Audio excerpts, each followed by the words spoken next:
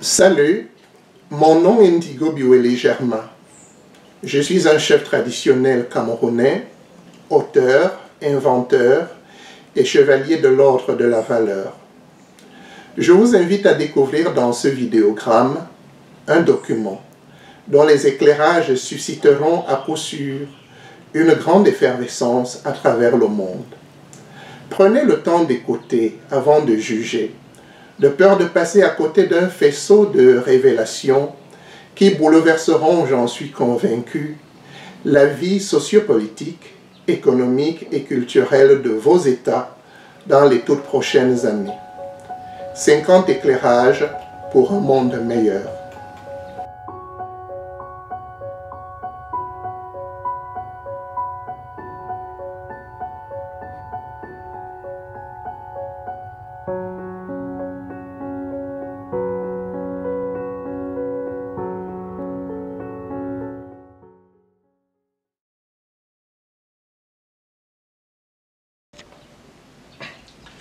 « 41e éclairage. De nombreux pays, villes, quartiers, villages, rues et places portent des noms qui n'épousent pas leur nature ou leur identité. Certains noms sont même affreux, à l'instar de Carrefour Caca, Carrefour des Trois Morts, Marché des Esclaves, Cité Bordel. Je vous épargne les noms des villes dans lesquelles on trouve ces horreurs.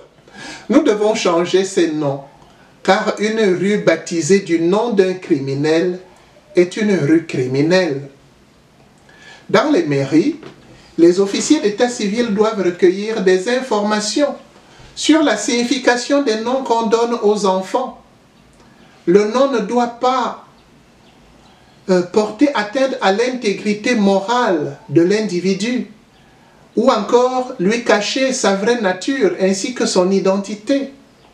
Les personnes portant des noms honteux et sans aucun lien avec les valeurs qu'ils portent au plus profond d'eux ou encore leur personnalité ont donc le droit de les changer. Nous sommes aussi en droit de demander à nos États de revoir les noms de nos villes, de nos villages, de nos quartiers, des rues et des places pour nous assurer que ces noms ne portent pas atteinte à notre honneur. 42e éclairage. La construction de nos pays ne répond à aucun plan national d'urbanisation, car c'est chaque citoyen qui bâtit une maison en fonction de ses moyens. On retrouve ainsi des bidonvilles à côté des gratte-ciel et des routes qui dessinent des courbes dangereuses parce que l'État n'a pas de moyens pour dédommager les populations riveraines. Les plans des villes et des campagnes s'adaptent donc aux exigences matérielles des citoyens. Cela a pour conséquence de créer des espaces urbains dont les figures géométriques dessinent des formes bestiales ou monstrueuses. Ces structures et ces couleurs ont un impact certain sur les populations. Les images mentales d'une personne dont la maison est située dans un marécage, face aux toilettes mal entretenues de son voisin, ne sont pas pareilles à celles d'un riche qui vit en hauteur dans une villa de luxe. Une rue qui compte une boucherie, un cimetière et un marché de vivres n'a pas la même information que celle où on trouve des écoles, des espaces de loisirs et des théâtres. Celui qui habite l'une de ces rues subit les effets des activités qu'on y mène. Les plans des villes, des villages et des avenues doivent donc être réformés. L'espace géométrique de la cité doit traduire une forme dont l'impact sur les citoyens sera positif. La disposition des bâtiments doit ressortir l'identité de la ville.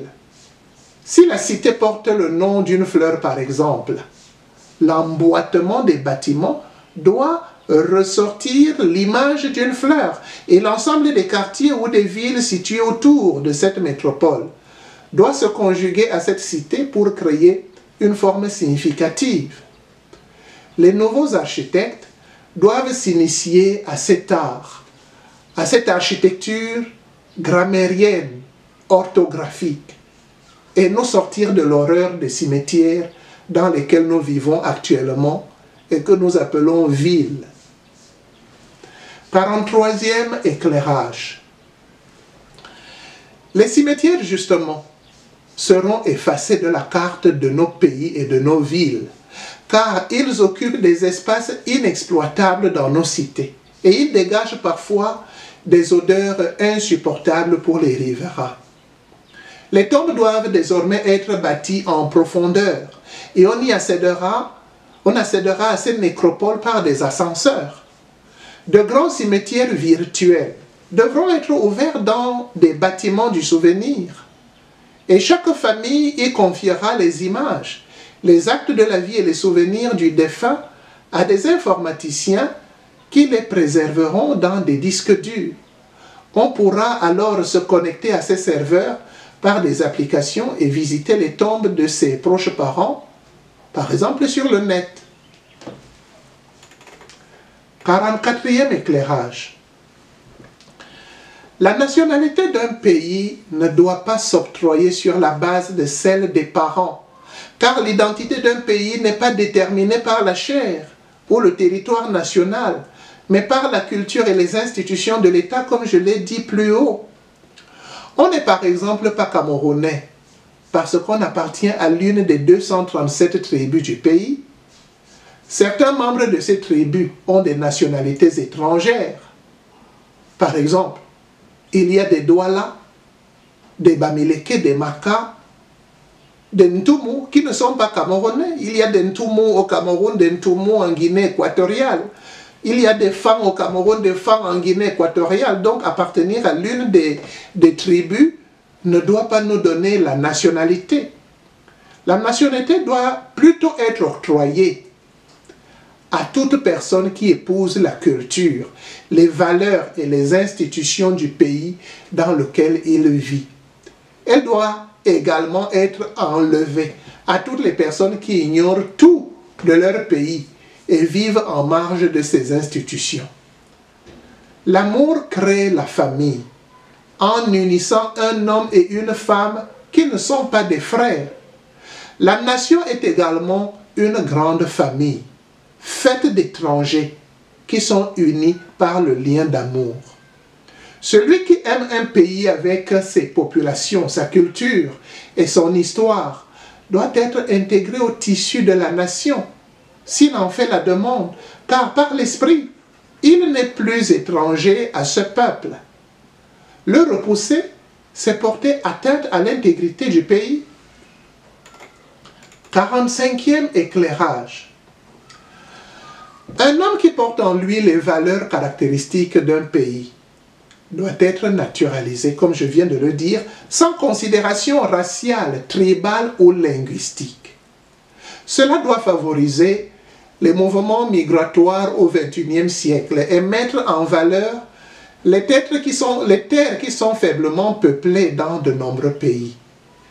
Les Indiens et les Chinois qui manquent par exemple d'espace chez eux devront acquérir la nationalité de certains pays africains et transformer le désert du Sahara, du Kalahari et de nombreuses forêts inoccupées en cités splendides.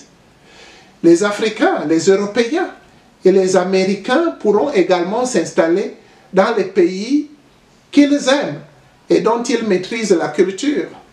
On pourra donc avoir par exemple au Cameroun un ministre des technologies qui est chinois, un ministre de la culture qui est un blanc. Ça, ce sont les formules de l'ère dans laquelle nous entrons, parce que on n'est pas seulement Camerounais parce qu'on est noir de peau. Il y a des Camerounais avec même carte d'identité et passeport qui ne sont pas Camerounais. Parce qu'au fond d'eux, on ne trouve aucune valeur du Cameroun, on ne trouve pas la culture et les traditions du Cameroun. Par contre, moi j'ai connu par exemple, étant tout petit, des prêtres bien barbus, catholiques, qui parlaient mieux ma langue maternelle que mes parents. Ils étaient parfaitement bikélés pour avoir étudié, maîtrisé, assimiler cette culture. C'est la culture qui fait d'un homme le citoyen d'un pays. Donc, ces mouvements migratoires devront être favorisés, car la fermeture des frontières aux immigrés est une atteinte au bien-être de l'humanité. Nous sommes tous des immigrés sur cette terre, car nos ancêtres n'ont pas toujours habité le pays où nous sommes nés. La terre appartient à tous les vivants et les États doivent travailler main dans la main pour assurer à notre planète un fonctionnement organique dans lequel toutes les cellules humaines trouveront leur place et leur rôle dans l'évolution du monde.